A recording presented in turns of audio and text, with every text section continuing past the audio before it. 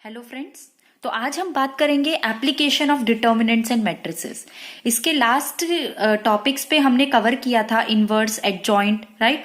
उसके बाद हमने प्रॉपर्टीज देखी थी और प्रॉपर्टीज से रिलेटेड क्वेश्चंस भी देखे थे। तो हम इसका एक्स्ट्रा एप्लीकेशन कैसे होता है डिटर्मिनेंट्स एंड मैट्रिसेस का, वो हम आज देखेंगे। लीनियर इक्वेशन को सॉल्व करने का आपको पहले कुछ वो पता होगा कि जैसे लीनियर इक्वेशन को काफी तरीकों से हम सॉल्व कर सकते हैं। तो with the help of matrices and determinants भी हम लीनियर इक्वेशन को सॉल्व कर सकते हैं और वही हम आज के अपने लेक्चर में देखेंगे। अब ये डिटर्मिनेंट्स और मैट्रिसेस की हेल्प से हम लीनियर इक्वेशन इन 2 और 3 वेरिएबल्स को इजीली सॉल्व कर सकते हैं। ठीक है, 2 और 3 वेरिएबल्स तो आपको पता होगा, जैसे कि 2 वेरिएबल्स होना a और b या x और y होना, right. 3 variables x y z होना। तो 2 या 3 वेरिएबल्स को ही हम डिटर्मिनेंट या मैट्रिसेस की हेल्प से सॉल्व कर सकते हैं। ओके, इसके आगे जाते हैं हम कंसिस्टेंट एंड इनकंसिस्टेंट सिस्टम को देखते हैं।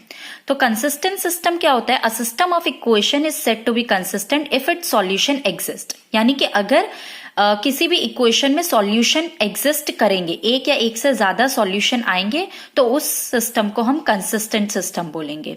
ऑन द अदर हैंड, अगर ऐसी इक्वेशन है जिसके सॉल्यूशन एग्जिस्ट नहीं करते हैं, तो उसे हम क्या बोलेंगे?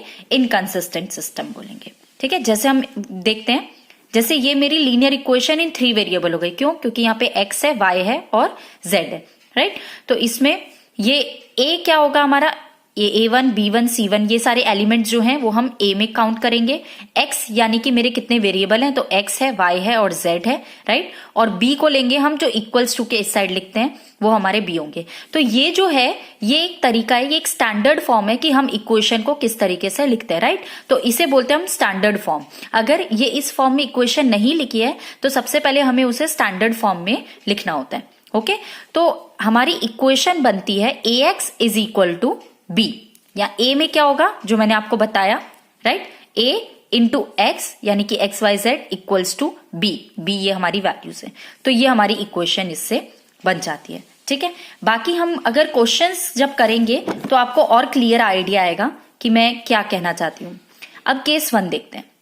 अब लास्ट लेक्चर में हमने ये देखा था कि अगर मेरा डिटर्मिनेंट 0 होता है तो हम डिटर्मिनेंट की वैल्यू 0 होती है तो हम इनवर्स फाइंड आउट नहीं कर सकते, राइट। ऐसे ही इसमें देखेंगे, और अगर डिटर्मिनेंट 0 है, जैसे कि, राइट, अगर डिटर्मिनेंट 0 नहीं है तो उसे हम बोलेंगे नॉन सिंगुलर मैट्रिक्स, तो इनवर्स एग्जिस्ट करेगा, राइट। तो केस 1 में भी यही है कि अगर A नॉन सिंगुलर मैट्रिक्स है, यानी कि उसका डिटर्मिनेंट 0 नहीं आ रहा, देन इट्स इनवर्स एग्जिस्ट। और अगर इनवर्स एग्जिस्ट करता है तो ax विल बी b होगा, तो x हो जाएगा हमारा a इनवर्स b। इसमें मैं थियोरम को प्रूव नहीं करा रही क्योंकि ये आपके कोर्स में नहीं आएगा। ओके, तो this matrix equation provides unique solution for the given system. तो अगर ये चीज कंसिडर करते हैं, यानी कि डिटर्मिनेंट हमारा 0 नहीं होगा तो वो नॉन सिंगुलर मैट्रिक्स होगा, और नॉन सिंगुलर मैट्रिक्स होगा तो हमारा इनवर्स एग्जिस्ट करेगा, और x की वैल्यू हम फाइंड आउट कर सकते हैं बाय a इनवर्स b से। और a इनवर्स b को सॉल्व करने के बाद हमारी जो x की वैल्यू आएगी, यानी जो सॉल्यूशन आएंगे, वो क्या सॉल्यूशन होंगे? यूनिक सॉल्यूशन होंगे। ठीक है, केस 2 देखते हैं। केस 2 है कि अगर वो सिंगुलर मैट्रिक्स है, सिंगुलर मैट्रिक्स है यानी क्या हो गया कि आपका डिटर्मिनेंट a की वैल्यू 0 आ रही है, राइट। तो हम क्या कैलकुलेट करेंगे? Adjoint of a multiply by b। यानी कि अगर a की डिटर्मिनेंट की वैल्यू 0 नहीं आ रही है तो हम a इनवर्स फाइंड आउट करेंगे, राइट। और अगर a वैल्यू 0 आ रही है डिटर्मिनेंट की, तो adjoint of a into b करेंगे। इसमें भी 2 केसेस हैं। अगर adjoint of a into b 0 नहीं आता है तो सॉल्यूशन एग्जिस्ट नहीं करेंगे, और इस सिचुएशन को इनकंसिस्टेंट बोलेंगे।